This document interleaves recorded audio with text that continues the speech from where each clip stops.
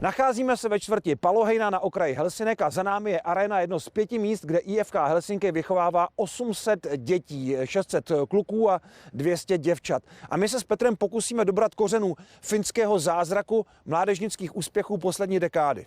IFK Helsinki za poslední 4 roky 2 první kola draftu, Miro Heiskanen a Anton Lundell. Jestli chcete vidět, kde začali vyrůstat, tak pojďte s námi.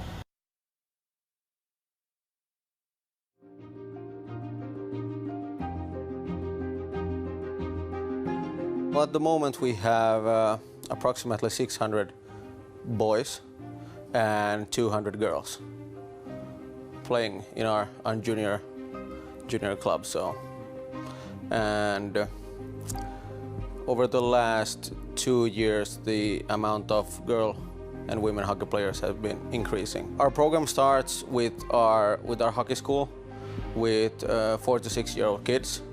We have a hockey school for both boys and girls, and from there on our first team is the U7 team, and from the start we take everybody who wants to come in, because it's like we don't have any tryouts for the young ones, and our so-called junior path goes to U14.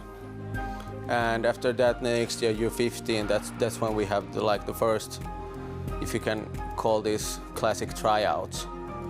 And that's when we start to gather the so-called elite team. That's the main goal. We want to create an environment where the player has a chance to practice and play, and via that, fall in love with the game.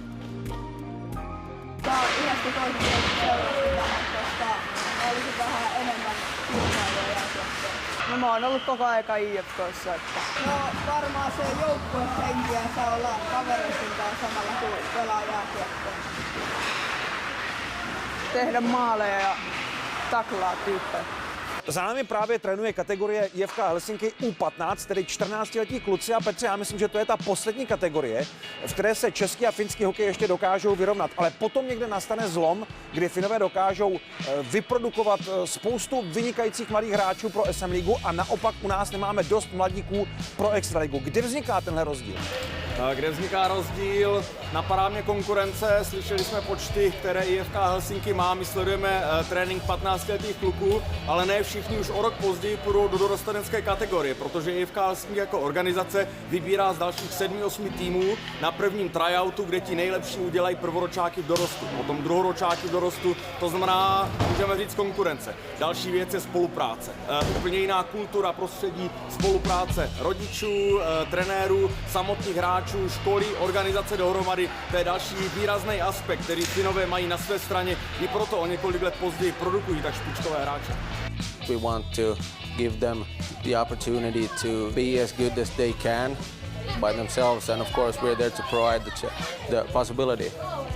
We can't make a player, but we can help the player to be as good as he or her can be by themselves. We have a good amount of ice time. Of course, Helsinki is a big city with a lot of hockey clubs, so everybody's competing for the ice time. So it's probably not the optimal, but we have a good amount of ice. The U7, U8 practice twice a week, everything from 2 to 3 hours. And when we go on, the U9, U10 practice from 3 to 4 hours a week, from everything from 2 to 3 times. Jestli se něco hodí z finské národní pohoje pro výchovu mladých hokejistů, tak je to, Petře, trpělivost.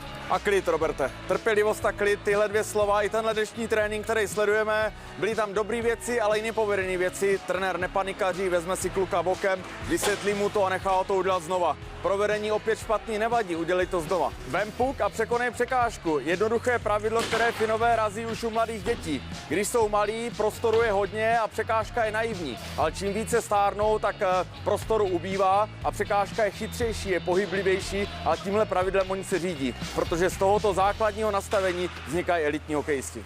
Suomalaisen pelaajien varmaan taito juontaa juuret siitä, että ne on tosi motivoituneita. Sitten joukkuepeli tietenkin on meillä isossa roolissa. Ja nuorena aloitetaan, niin kuin varmaan muissakin maissa, mutta sitten taas suomalaiset on joukkuepelaajina todella intensiivisiä. Kyllä me tavallaan opetetaankin sitä, se menee alkuun tietenkin kun on pieni, niin mennään leikkien kautta ja sitten tavallaan haastetaan ne kilpailemaan.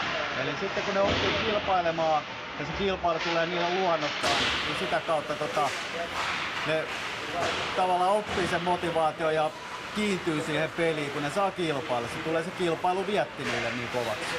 Haluan päästä NHL ja olla maailman paras. Olla NHL:ssä ja olla hyvä siellä.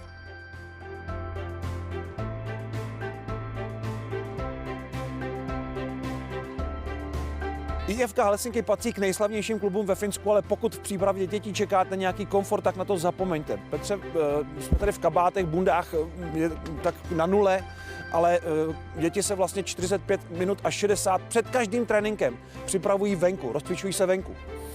Roberte, pracovitost, poctivost, skromnost. Jak kdyby charakterizovali tyhle podmínky, přesně takový Finové jsou. A u toho oni začínají normální stadion, parkoviště, workoutové hřiště, 60 minut teďka stráví času. 2 trenéry mají kolem sebe, ale tím v podstatě dají jenom zadání, co ti kluci mají dělat a oni to udělají sami. Proč? Protože ví, že poctivost, pracovitost přináší úspěch a v tomto oni vyrůstají.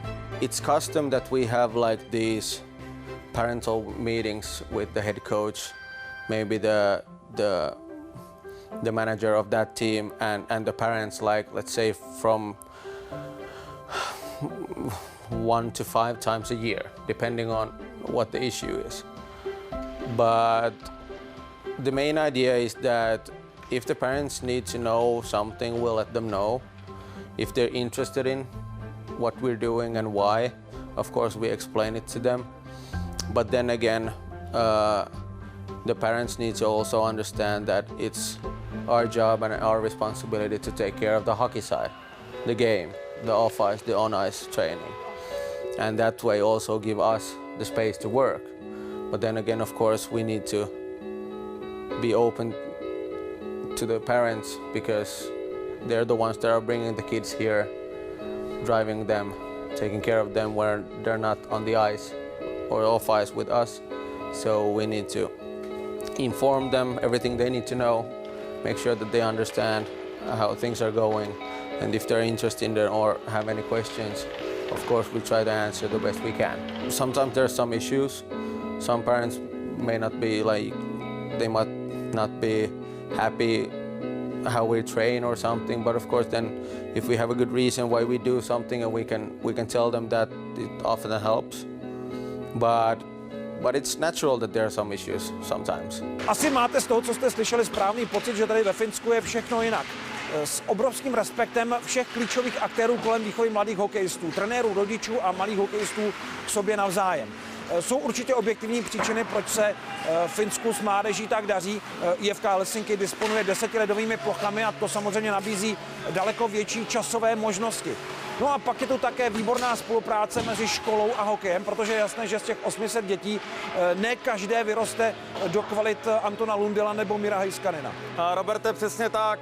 Systém vzdělání a školy, především od 15 let nahoru, to je velký rozdíl mezi Finskem a Českem. Uvedu to na krásným příkladu. 17letý Fin a jeho školní den. Ráno přijde na zimák, jde na hodinu na suchou přípravu, potom hodinu na trénink na led, do školy jde přibližně na 11. hodinu. Udělá si 4-5 hodin ve škole podle toho, co má, a jde zpátky na klubový trénink.